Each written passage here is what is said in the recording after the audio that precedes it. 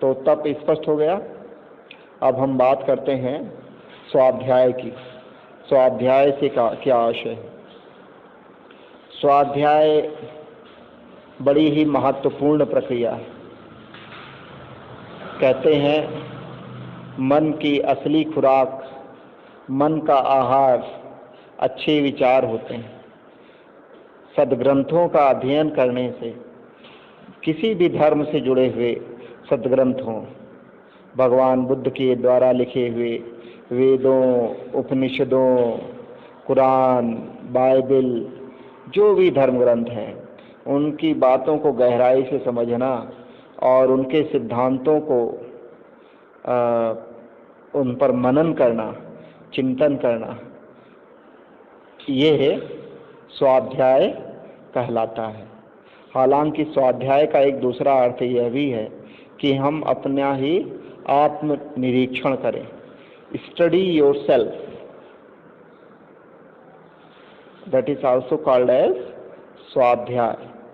तो अगर आप अपने आप का ही इंस्पेक्शन करते हैं, अपने ही आप का निरीक्षण करते हैं, तो वह भी एक तरह का स्वाध्याय है।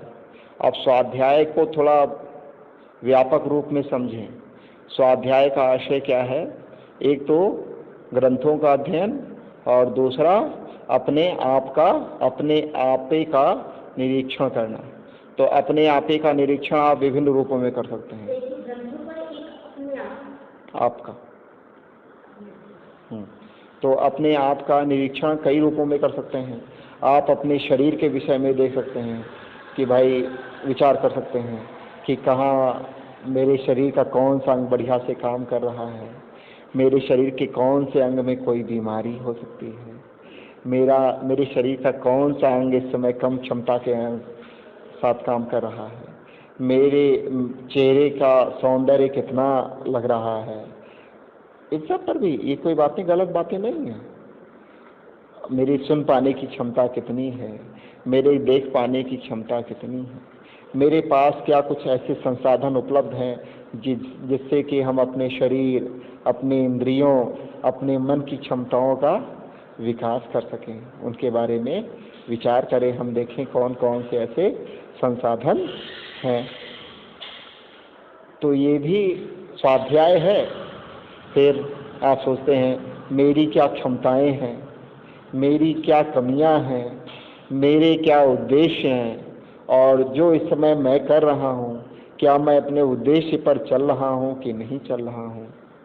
होता क्या है, हम लोग प्रायः बेहोशी में जीते हैं। लक्ष्य तो हमारे बड़े बड़े होते हैं। हम सोचते हैं हमें बनना क्या है, बनना है हमें अमुक, और उसके लिए प्रयास अगर आप गहराई से निरीक्षण करना शुरू करते हैं तो वास्तविक यथार्थ के धरातल पर प्रयास बहुत कम चल रहे होते हैं। तो इस बात का निरीक्षण करना बेहद आवश्यक है कि भाई आपके प्रयास कितने चल रहे हैं, जो आप पाना चाह रहे हैं। भाई योग एक, ये भी योग का आशय क्या है? योग का आशय सिर्फ आसन प्राणायाम, शरीर को उल्टा पुल्टा कर लेना ही थोड़े ना है। योग का आशय है कि जो आप एक लक्ष्य है उससे कैसे संयुक्त हो जाते हैं, उसकी कैसे प्राप्ति कर लेते हैं, वह भी एक तरह का योग है ना। अच्छी तरीके से आप किसी लक्ष्य में जुटते हैं, वह भी एक, हालांकि उसको हम कहते हैं कर्म योग, ज्ञान योग, भक्ति योग, विभिन्न स्वरूपों में कहते हैं। तो आपको यह एक अभ्यास डालना चाहिए कि रोज कम से कम 5 मिनट, 7 मिनट आप अपने बारे में सुबह सुबह उठ कर के सर्वप्रथम विचार करें, आज मुझे क्या करना है, मेरे जीवन का लक्ष्य क्या है। अब वो कुछ भी लक्ष्य हो सकता है। आपने अपने जीवन का लक्ष्य बनाया है कि भाई मैं एक बढ़िया अध्यापक मुझे बनना है, ठीक है। एक अच्छा योगी बनना है, ठीक है। एक अच्छा समाज सेवक बनना है, अच्छी बात है। खूब स्वस्थ बनना है, अच्छी बात है। कुछ भी जो आपने लक्ष्य बनाया हो, और फिर उस लक्ष्य के अनुसार आज हम क्या काम करेंगे। एक तो अपने जो लक्ष्य के अनुसार, और एक दैनंदिन आवश्यकताओं के अनुसार कि आज भाई क्या क्या आवश्यकताएं हैं, है ना। तो उन कार्य कौन कौन से कार्य हैं, और उनको प्राथमिकता के आधार पर आप सेलेक्ट करते हैं, चुनाव करते हैं कि भाई ये कार्य आज हमें करने हैं और इन कार्यों को प्रथमतया हम संपादित करेंगे और इन कार्यों को थोड़ा बाद में करेंगे। इस तरीके से आप करते हैं। तो ये भी स्वाध्याय।